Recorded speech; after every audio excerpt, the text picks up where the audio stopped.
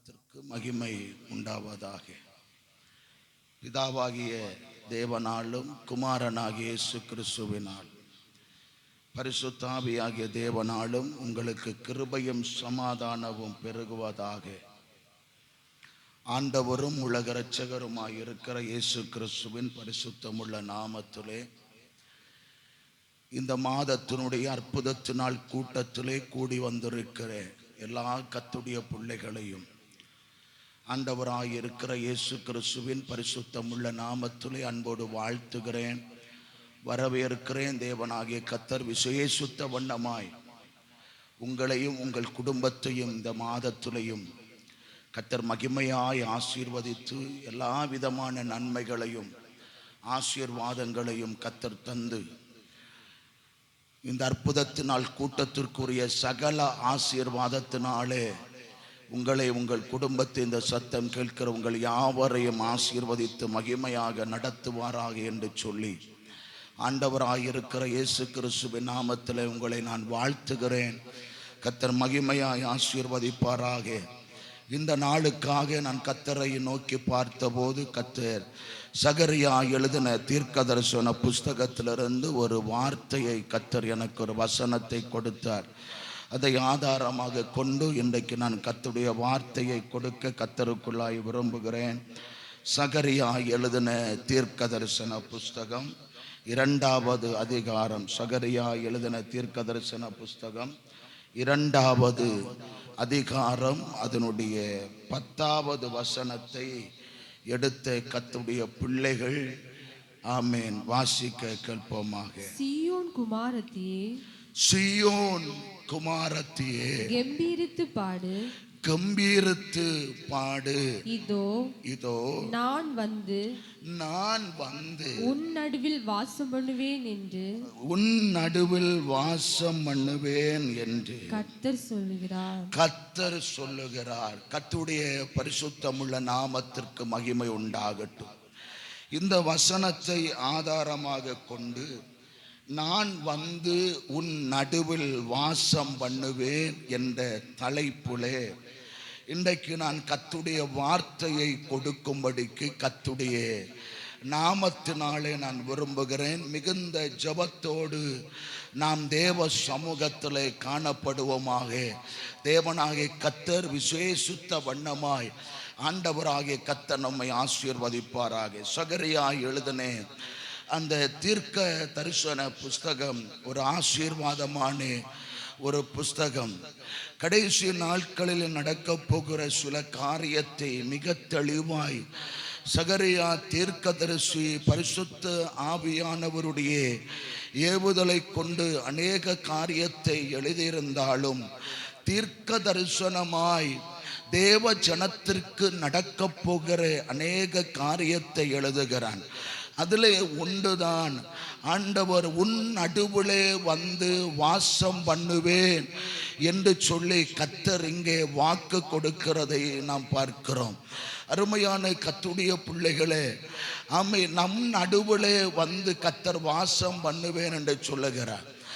கடிந்த 5 நாட்கள் நாம் தேவ சமூகத்திலே தேவனோடு வாசம் பண்ணி இந்த 6வது நாளிலையும் கர்த்தரோடு நாம் இருக்கிறோம்.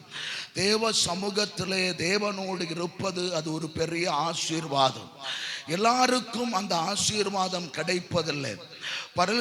பலருக்கும் அந்த ஆசீர்வாதம் கிடைத்தும் அதை அனுபவிக்க முடியாதபடிக்கு இருக்கிற இந்த காலத்திலே சிலர்களாய் இருக்கிற நமக்கு தேவனோடு இருக்கிற ஒரு ஆசீர்வாதத்தை தேவனாகிய கர்த்தர் நமக்கு கொடுத்திருக்கிறார் என்று சொன்னால் அதை போல ஒரு ஆசீர்வாதம் இந்த உலகத்திலே கிடையவே கிடையாது.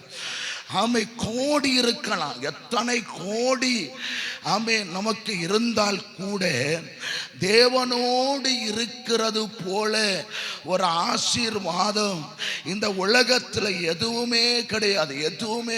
கர்த்தரோடு இருக்கிற அந்த நேரங்கள், அந்த நாட்கள், அந்த ஜெப நேரங்கள், அந்த துதி நேரங்கள், அந்த தேவ பிரசன்னம், அந்த தேவ ஆசீர்வாதங்கள் எல்லாமே ஒரு பெரிய ஆசீர்வாதம். அப்போ தேவனோடு வாசம் பண்ணுகிற ஒரு அனுபவம். ஆனால் இந்த இடத்திலே அந்த சகரியா ஆமென் தீர்க்கதரிசி சொல்லும்போது என்ன சொல்லுகிறார்? அந்த சீயோன் ஆமென் வாசிங்க, அந்த வசனத்தை திரும்ப வாசிக்கலாம். சீயோன் குமாரத்தியே, சீயோன் குமாரத்தியே கம்பீரித்து பாடு. பாருங்கள், இங்கே சொல்லுகிறார் சீயோன் குமாரத்தியே. ஏன் அங்கே சீயோன் குமாரத்தியே என்று அழைக்க காரணம் என்ன?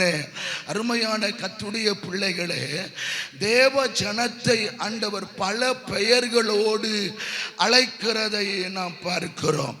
எருசலேம் குமாரத்தியே என்று கர்த்தர் அழைக்கிறார். அதே நேரத்தில் சீயோன் குமாரத்தியே என்று அழைக்கிறார். என் புறாவே என்று அழைக்கிறார்.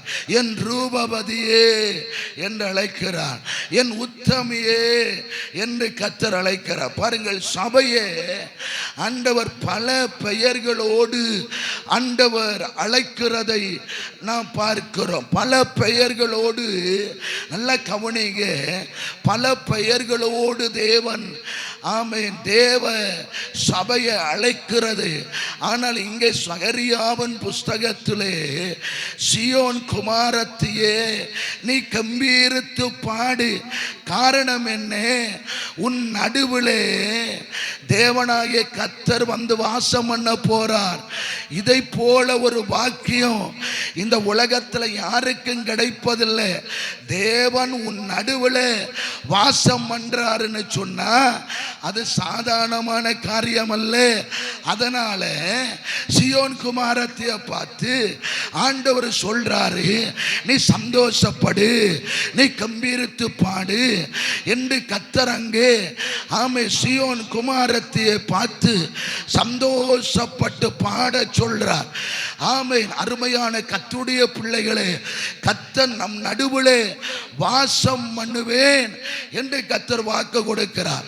இந்த 3ஆம் மாதம் இந்த அற்புதத்தினால் கூட்டத்திலே தேவ சமூகத்தில் வந்திருக்கிற அருமையான கர்த்தருடைய பிள்ளைகளே, உங்கள் வாழ்க்கையிலே உங்கள் குடும்பத்திலே ஆண்டவர் வந்து வாசம் பண்ணுவேன் என்று சொல்லி கர்த்தர் உங்களுக்கு வாக்கு கொடுக்கிறார். நான் வந்து உங்கள் நடுவில் வாசம் பண்ணுவேன் என்று சொல்லுகிறார். வாசம் பண்ணுவேன் என்று சொல்லுகிற அந்த தேவனாகிய கர்த்தர் ஆமே எப்பேற்பட்ட தேவன் என்று பாருங்க. எல்லாவற்றையும் செய்ய வல்லமை உள்ளவர். அவரை போல இந்த உலகத்தில் யாரும் இல்லை. அவர்னால எல்லாம் செய்ய முடியும். எல்லா காரியத்தையும் அவரை கொண்டு நடப்பிக்க முடியும். அவ்வளவு ஒரு பெரிய தேவனை நீங்களும் நானும் ஆராதித்து கொண்டிருக்கிறோம். அதனால தான் சீயோன் குமாரத்தியை பார்த்து சொல்றார், நீ கம்பீரித்து பாடு. உன் ராஜா, உன் தேவன் உன் நடுவிலே வந்து வாசம். எப்போதும் கர்த்தர் விரும்புகிற ஒரு காரியம், நல்லா கவனிங்க, தேவன் விரும்புகிற ஒரு காரியத்தை நான் சொல்றேன். தேவன் விரும்புகிற ஒரு காரியம், தேவ ஜனத்தினுடைய நடுவில் தேவன் வந்து வாசம் பண்றதை கர்த்தர் எப்போதும் தேவன் விரும்புகிறார். தேவ பிள்ளைகள் நடுவில் வந்து வாசம் பண்றது. கர்த்தர் நம் நடுவில் வாசம் பண்ணணும். நம்ம என்ன பண்ணணும் என்பதுதான் இன்னைக்கு நான் சொல்லி கொடுக்க போறேன். கர்த்தர் நம் நடுவில் வாசம் பண்ணணும்னா சோத்திரம். அநேகருடைய வாழ்க்கையில கர்த்தர் இன்னைக்கு வாசம் பண்றதே இல்லை. அது ஏன் கர்த்தர் வாசம் பண்ணல? ஏன் தேவன் வாசம் பண்ணல? நாம் நினைச்சு பார்த்திருக்கிறோம். அதை நாம் சிந்தித்து பார்த்து, கர்த்தர் என்னோடு இருக்கிறாரா? கர்த்தர் என் நடுவில் வாசம் பண்றாரா? நாம் நினைத்து பார்க்கிறோம். அதை நாம் சிந்தித்து பார்க்கிறோமா? அருமையான கர்த்தருடைய பிள்ளைகளே, கர்த்தர் என் நடுவில் என் பக்கத்தில் வந்து என்னோடு வாசம் பண்றாரா என்று இன்றைக்கு அநேகர் நினைச்சு பார்க்கிறதில்லை. என் தேவனை குறித்து வேதம் சொல்லுகிறது, அவர் ஒருவரும் சேரக்கூடாது ஒளியிலே அவர் வாசம் பண்ணுகிற கர்த்தர். அல்லேலூயா. கரம் உயர்த்தி சொல்லுவோம் அல்லேலூயா.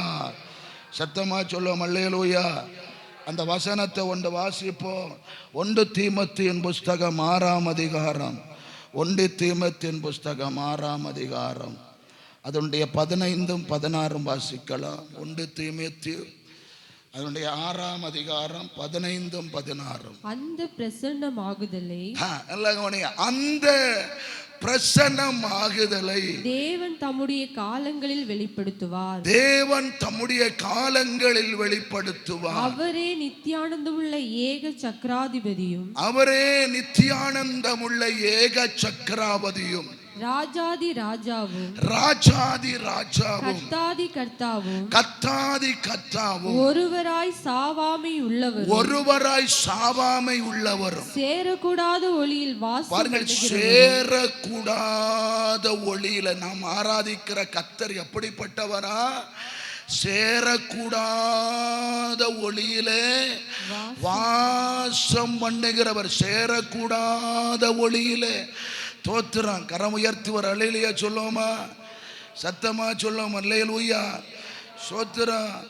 ஆமை. கடிந்த நாளில் ஒரு ஊழியக்காரன் வந்து சபையை பார்த்துட்டு லைட்டெல்லாம் போட்டிருக்கிற பார்த்துட்டு சொல்றார், குட்டி பரலோகம் போல ஆமை சபை இருக்கிறதே என்று சொல்றார். நான் சொன்னேன், இது குட்டி பரலோகம். பரலோகம் எப்படின்னு பாருங்க. என் தேவன் எப்படி இந்த லைட்டெல்லாம் போட்டா கூட என் தேவனுக்கு ஈடாகுமா? அவரை குறித்து என் வேதம் சொல்லுகிறது, ஒருவரும் சேரக்கூடாது ஒளியிலே கர்த்தர் வாசம் பண்ணுகிறவர். கரமுயர்த்தி அல்லேலூயா சொல்லுங்க. நாம் தேவன் நாம் ஆராதிக்கிற அப்படின்னா நம்ம எப்படி இருக்கணும்னு யோசித்து பாருங்க. நாம் எல்லாம் எப்படி இருக்கணும் ஒன்று சிந்திச்சு பாருங்க, ஒன்று நினைச்சு பாருங்க. நம்ம எல்லாம் எப்படி இருக்கணும் ஒன்று நினைச்சு பாருங்க. அந்த தேவனை நம்ம கண்ணுனால பார்க்கவே முடியாது. ஒரு தடவை மோசே ஆண்டவரை பார்த்து கேட்கிற, ஆண்டவரே உங்களை எனக்கு பார்க்கணும்னு ஆசையா இருக்கப்பா, ஆசையா இருக்கு. ஆண்டவர் சொல்றேன், என்னை பார்த்து ஒருவனும் உயிரோட இருந்ததில்லை மோசே. நான் கண்மலை வெடிப்பிலே நான் கடந்து போவேன், அப்போது என் மகிமையை பார்ப்பேன்னு சொல்ல. அந்த மகிமையை பார்த்தபோது கூட அந்த மோசையினால பார்க்க முடியலையே. இன்னைக்கு பாருங்க, நம்மாலே அந்த மகிமையை சூரியனை பார்க்க முடியுமா? ஒன்று யோசித்து பாருங்க. இந்த லைட்டையே சில நேரம் நம்மால பார்க்கவே முடியலை. என்னால் இப்போ சோத்திரம் இந்த 2 நாள் தூங்காதனால இந்த எழுத்துக்கள் சில நேரம் எனக்கு கிளியர், அதனால தான் எடுத்து பார்க்குறேன். எழுத்து தெரியுதில்லை. சோத்திரம் தூங்காதனால கண்ணு மங்கினது மாதிரி எனக்கு தெரியுது. சோத்திரம் நல்ல கவனிங்க. சூரியனையே நம்மால பார்க்க முடியல. அந்த சூரியனை படைத்த தேவன் எவ்வளவு வெளிச்சமாய் இருப்பார்.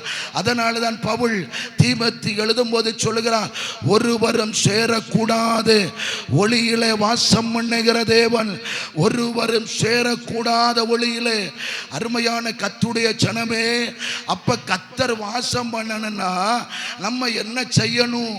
தேவன் நம் நடுவில் சீயோன் குமாரத்தியை பார்த்து ஆமை சொல்லுகிறான், நீ கம்பீரித்து பாடு. உன் தேவனாகிய கர்த்தர் உன் நடுவில் வாசம் பண்ணுவார். உன் நடுவில் வாசம் பண்ண இவ்வளவு ஒரு பெரிய தேவன் நம் நடுவில் கர்த்தர் வாசம் பண்ண விரும்புகிறார். இந்த 3ஆம் மாதத்திலே கர்த்தர் நம் நடுவில் வாசம் பண்ணினால் நம்முடைய கட்டுகள் உடையும். கர்த்தர் நம் நடுவில் வாசம் பண்ணினால் நம்முடைய வியாதிகள் மாறும். கர்த்தர் நம் உள்ள வாசம் பண்ணினால் நம்முடைய பிரச்சனைகளுக்கு ஒரு முடிவு வரும். கர்த்தர் நமக்குள்ளே வாசம் பண்ணினால் நம்முடைய தேவைகள் சந்திக்கப்படும். நமக்குள்ளே தேவனாகிய கர்த்தர் வாசம் பண்ணினால் நம்முடைய சகல காரியங்களுக்கு ஒரு முடிவை கர்த்தர் கொண்டு வருவார். அல்லேலூயா. கரம் உயர்த்தி சொல்லுவேன் சத்தமா அல்லேலூயா. சத்தமா சொல்லுவோம் அல்லேலூயா. என் கர்த்தர் மாறாதவர். அல்லேலூயா சொல்லுங்க. சத்தமா சொல்லுங்க அல்லேலூயா. என கர்த்தரால சகலது முடியும். அவர் நமக்குள்ளே நம் நடுவில் அவர் வாசம் பண்ணணும். சாதாரணமா நம்ம சொல்லுவோம், நம்ம இதயத்தில் கர்த்தர் என்ன செய்யணும்? வாசம். இங்க இருக்கிற உருவம் தான் தெரியுது எனக்கு, உண்மையில சொல்றேன். சோத்திரம். நம்ம இதயத்தில் இதயெல்லாம் எங்கேயோ போய் இருக்கும். சோத்திரம். இதயத்தில் யாருக்கெல்லாமோ இடம் கொடுத்துருப்போம். நம்ம இதயத்தில் முதல் இடம் நம்ம ஏசப்பாவுக்கு தான் கொடுக்கணும். ஆண்டவர் தான் முதல்ல, அதுக்கப்புறம் தான் புருஷன், அதுக்கப்புறம் தான் மனைவி, அதுக்கப்புறம் தான் எல்லாமே, அதுக்கப்புறம் தான் பிள்ளைகள், அதுக்கப்புறம் தான் எல்லாம். முதலாவது தேவனுடைய ராஜ்யத்தையும் நீதியும் தேடுங்கள், பின்பு இவைகள் எல்லாம் கூட உங்களுக்கு கொடுக்கப்படும். முதல்ல கர்த்தரை தேடுங்க. முதல்ல தேவன் தான், பிறகுதான் எல்லாம். வந்ததெல்லாம் தேவனை தேடிதான், அதுக்கு பிறகுதான் எல்லாமே வந்துச்சு. நீங்க கேட்பீங்க, முதல்ல நான் கர்த்தரை தேடினேன், கர்த்தரை தேடின பிறகுதான் எனக்கு மனைவி வந்தா, அதுக்கு பிறகுதான் பிள்ளைகள் வந்தது, அதுக்கு பிறகுதான் வசதி வந்தது, அதுக்கு பிறகுதான் எனக்கு ஊழியம் வந்துச்சு. கரமுயர்த்தல் இல்லையா சொல்லுங்க, சத்தமா சொல்லுங்க அல்லேலூயா. கர்த்தர் எல்லாமே எதுவுமே வந்தது கிடையாது. முதல்ல கர்த்தர் தான், கர்த்தருக்கு தான் முதலிடம் கொடுக்கணும். அப்போ தேவன் வாசம் பண்றபடியாக இஸ்ரவேல் ஜனங்கள் நடுவில் ஆண்டவராய் கர்த்தர் வாசம் பண்ணும்படி மோசேயிட கர்த்தர் சொன்னார். ஆமை, ஒரு ஆசரிப்பு கூடாரத்தை உண்டு பண்ணு என்று கர்த்தர் சொன்னார். அப்போ முதல்ல என்ன செய்யணும்? கர்த்தருடைய வார்த்தைக்கு முதல்ல நம்ம கீழ்ப்படியணும். கரமுயர்த்தலையிலே சொல்லுங்க, சத்தமா சொல்லுங்க அல்லேலூயா. முதல்ல நம்ம செய்ய வேண்டிய ஒரு காரியம், கர்த்தர் நம் நடுவில் வாசம் பண்ணணும்னா தேவன் என்ன சொல்லுகிறாரோ அதை முதல்ல நம்ம செய்யணும். ஆண்டவர் சொல்றதை விட்டுட்டு நம்ம இஷ்டப்படி நம்ம விருப்பப்படி செய்யக்கூடாது.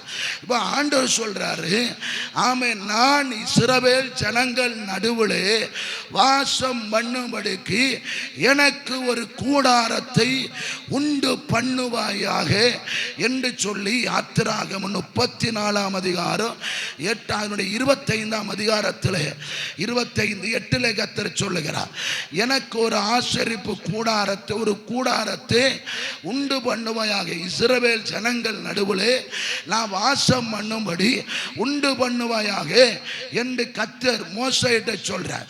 இப்போ நல்லா கவனிங்க, வசனத்தெல்லாம் வாசிக்க நான் நேரம் தருவேன்.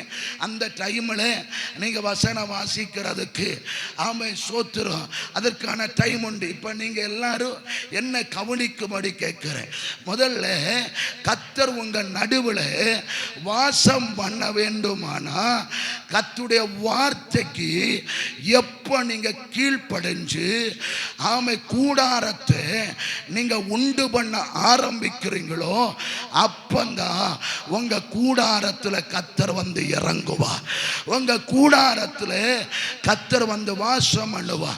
நாமவே சில திட்டம் போட்டு, நாமவே சில காரியத்தை யோசிச்சு, நாமவே சில காரியத்தை சிந்திச்சு, நாமவே சில பிளான்களை போட்டுட்டு ஆண்டவர்கிட்ட வந்து இதை எனக்கு செய்து தாங்கன்னு சொல்றதுக்கு முன்னதாகவே ஆண்டவர்கிட்ட வந்து பிரேயர் பண்ணிட்டு, ஆண்டவர் இந்த காரியத்தை நான் செய்ய போறேன், தேவனே உமக்கு சித்தமா என்று கேட்கிறத விட்டுட்டு நாம பிளான் போடாம முதல்ல கர்த்தருக்கு செவி கொடுக்கணும். அல்லேலூயா சொல்லுங்க, சத்தமா சொல்லுங்க அல்லேலூயா. தேவ ஜனம் நல்லா கவனிச்சுக்கிடுங்க, நல்லா கவனிச்சுக்கிடுங்க. கர்த்தருடைய வார்த்தைக்கு முதல்ல கீழ்ப்படியணும். ஆண்டவர் உங்க நடுவில் வந்து கர்த்தர் வாசம் பண்ணணும்னா கர்த்தருடைய வார்த்தைக்கு முதல்ல வந்து நீங்க கீழ்ப்படியணும். கானா ஒரு கல்யாண வீட்டில் இயேசுனுடைய அம்மா வந்து இயேசுட்ட வந்து சொல்றாங்க, அவங்களுக்கு திராட்சரசம் இல்லை. இயேசு உடனே என்ன சொல்றார்? ஸ்திரீயே, எனக்கு உனக்கு என்ன என் வேலை? நீ அம்மா எல்லாம் சரிதான், நீ அம்மா தான், என்னை பெத்தெடுத்த அம்மா தான், அதெல்லாம் சரிதான். ஆனா நான் செய்ய வந்தது என் பிதாவின் சித்தம்தான் இந்த பூமியில செய்ய வந்தேனே ஒழியே, நீ என்ன பெத்த அம்மா தான், உன் சித்தத்தை நான் செய்ய வரல, என் அப்பாவுடைய சித்தத்தை நான் செய்ய வந்தேன். அதனால தான் இயேசு, அந்த அம்மாவுக்கு இயேசு மதிப்பு கொடுக்காம இருக்கல. என் பிதாவின் சித்தம் செய்வதை என் போஜனம் என்று சொன்னதான இயேசு, ஆமை ஸ்திரீயே உனக்கும் எனக்கும் என்ன, என் வேலை வரவில்லை. அதனுடைய அர்த்தம் என்ன? இயேசு மாம்ச பிரகாரமாய் பேசல, என் இயேசு ஆவிக்குள்ளாக பேசின அந்த வார்த்தை. அல்லேலூயா. மாம்சத்தின்படி இயேசு ஆமை அந்த ஸ்திரீக்கு ஆமை பிள்ளைதான். உண்மைதான், உண்மைதான், உண்மை இல்லாமல் இல்லை, உண்மைதான். உனக்கு எனக்கு என்ன, என் வேலை வரல, பிதாவுடைய வேலை வந்தது. பிதா என்ன சொன்னார்? இயேசு அதை செய்ய ஆரம்பித்தார். இயேசு செய்ய ஆரம்பித்த போது அங்கே அற்புதம் நடக்க ஆரம்பித்தது. கர்த்தருடைய பிள்ளைகளே, உங்க வீட்டில் கர்த்தர் என்ன சொல்றார் அதை முதல்ல சொல்லு. இந்த 3ஆம் மாசத்துல இந்த அற்புதத்தினால் கூட்டத்தில் வந்துரு. இதை நீங்க மாத்திரமல்ல, யூடியூப் வழி நிறைய ஜனங்கள் இதை கேட்கிறாங்க. நிறைய மக்கள் கேட்கிற எல்லாருக்கும் நான் சொல்றேன், உங்க குடும்பத்தில் தேவன் கிரியை நடப்பு. உங்க குடும்பத்தில் உங்க வாழ்க்கையில கர்த்தர் வந்து வாசம் பண்ண வேண்டுமானால் நீங்க செய்ய வேண்டிய முதல் காரியம், நீங்க கர்த்தருடைய வார்த்தைக்கு முதல்ல கீழ்ப்படியுங்க. தேவனுடைய வார்த்தைக்கு கீழ்ப்படியாம பிள்ளைகளுக்கு நான் சொல்றேன், எல்லாருக்கும் நான் சொல்றேன், நீ ஆண்டவருடைய வார்த்தைக்கு நீ கீழ்ப்படியாம எல்லாம் சாதிச்சிடலான்னு நீ நினைச்சா ஒண்ணுமே நீ சாதிக்கவே முடியாது. எதுவுமே சாதிக்க முடியாது. நீ நினைக்கலாம் எல்லாமே நான் சாதிச்சிடுவேன், ஒண்ணுமே நீ சாதிக்க முடியாது. எதுவுமே பெற்றுக்கொள்ளவே முடியாது, எதுவுமே பெற்றுக்கொள்ள முடியாது. ஆண்டவருடைய வார்த்தைக்கு எப்ப நீ கீழ்ப்படி ஆரம்பிக்கிறாயோ அப்போதுதான் உனக்கு ஒவ்வொரு படிகளும் கர்த்தருடைய ஆவியானவர் உனக்கு உயர்வை தந்து கொண்டே இருப்பார். கர்த்தர் மேன்மையை தந்து கொண்டே இருப்பார். ஆசீர்வாதத்தை கர்த்தர் தந்து கொண்டே இருப்பார். ஆண்டவருடைய நன்மைகளை கர்த்தர் தந்து கொண்டே இருப்பார். ஆமை பலர் சொல்லலாம், எப்படி வாழ்ந்தாலும் ஆசீர்வாதத்தை வாங்கலாம் என்று சொல்லி நீ நினைச்சிட்டே இருக்கலாம். கிடையவே கிடையாது. வேத பிரமாணம் அப்படி சொல்லவே சொல்லல. எப்ப நீ கர்த்தருடைய வார்த்தைக்கு கீழ்ப்படி ஆரம்பிக்கிறாயோ அப்போதுதான் கர்த்தர் உன் மேல பிரியமாயிருக்க ஆரம்பிப்பார். அல்லேலூயா. கர்த்தருடைய வார்த்தைக்கு கீழ்ப்படிஞ்ச மோசே மலையின் மேல ஏறி போறான். கர்த்தர் கொடுத்த பிளான் படி ஆமை அந்த பிளானை கொண்டு வந்து ஆசரிப்பு கூடாரத்தை செய்ய ஆரம்பிக்கிறான். பிராகாரம், பரிசுத்த ஸ்தலம், மகா பரிசுத்த ஸ்தலம். அந்த வேலை முடித்து அது பிரதிஷ்டை பண்ணப்படும் போது கர்த்தருடைய மகிமை ஆசரிப்பு கூடாரத்தில் வந்து இறங்குனது. அந்த இடத்துல தேவ மகிமை வந்து இறங்குனது. நான் சொல்லுகிறேன், கர்த்தருடைய பிள்ளைகளே, நீங்க தேவ பிளானின்படி, தேவ திட்டத்தின்படி நீங்க உங்க காரியத்தை செய்ய ஆரம்பிச்சீங்கன்னா நீங்க ஆண்டவரே வர வேண்டும் ஆவியே என்று கூப்பிட வேண்டாம். ஆவியானவரே நீங்க செய்த வேலையில இறங்கி கர்த்தர் வருவார். அல்லேலூயா. நீங்க செய்கிற பிசினஸ்ல கர்த்தர் இறங்கி வருவார். நீங்க செய்கிற தொழில இறங்கி வருவார். நீங்க எந்த வேலை செய்தாலும் கர்த்தர் என்ன செய்வார்? இறங்கி வருவார். கர்த்தர் வாசம் பண்ணுவார். கர்த்தர் நிச்சயமாய் கர்த்தர் இறங்கி வரும். கர்த்தர் கிரியை செய்ய ஆரம்பிப்பார். உடைய கிரியை நீங்க பார்ப்பீங்க, உடைய மகிமையை நீங்க பார்ப்பீங்க, உடைய வல்லமையை நீங்க பார்ப்பீங்க. அதனாலதான் முதல் காரியம், நீங்க கர்த்தருடைய வார்த்தைக்கு நீங்க கீழ்ப்படியும். 2வது யாத்திராகம புஸ்தகம் 20ஆம் அதிகாரம் 24வது வசனம். 20:24. மண்ணினாலே பலிபீடத்தை எனக்கு உண்டாக்கி, மண்ணினாலே பலிபீடத்தை எனக்கு உண்டாக்கி, அதன் மேல் உன் ஆடுகளையும், அதன் மேல் என் ஆடுகளையும், உன் மாடுகளையும் மாடுகளையும் சர்வாங்க தகன பலியாகவும் சமாதான பலியாகவும் செலுத்துவாயாக. நான் என் நாமத்தை பிரஸ்தாபப்படுத்தும் எந்த ஸ்தானத்திலும் உன்னிடத்தில் வந்து உன்னை நான் ஆசீர்வதிப்பேன். கரம் உயர்த்தி அல்லேலூயா சொல்லுங்க, சத்தமா சொல்லுங்க அல்லேலூயா. இப்போ நீங்க நல்லா கோணிங்க. முதல்ல கர்த்தருடைய வார்த்தைக்கு நம்ம என்ன செய்யணும்? கீழ்ப்படியணும். இரண்டாவதாய் என் கர்த்தருடைய நாமத்திற்கு நாம் பயந்து நடக்க வேண்டும். அல்லேலூயா. நாமத்தை பிரஸ்தாபப்படுத்தணும்.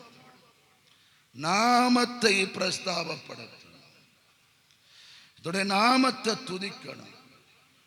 போன மாசம் ஊழியர் கூட்டம் நடந்தது. அந்த ஊழியர் கூட்டம் நடந்த போது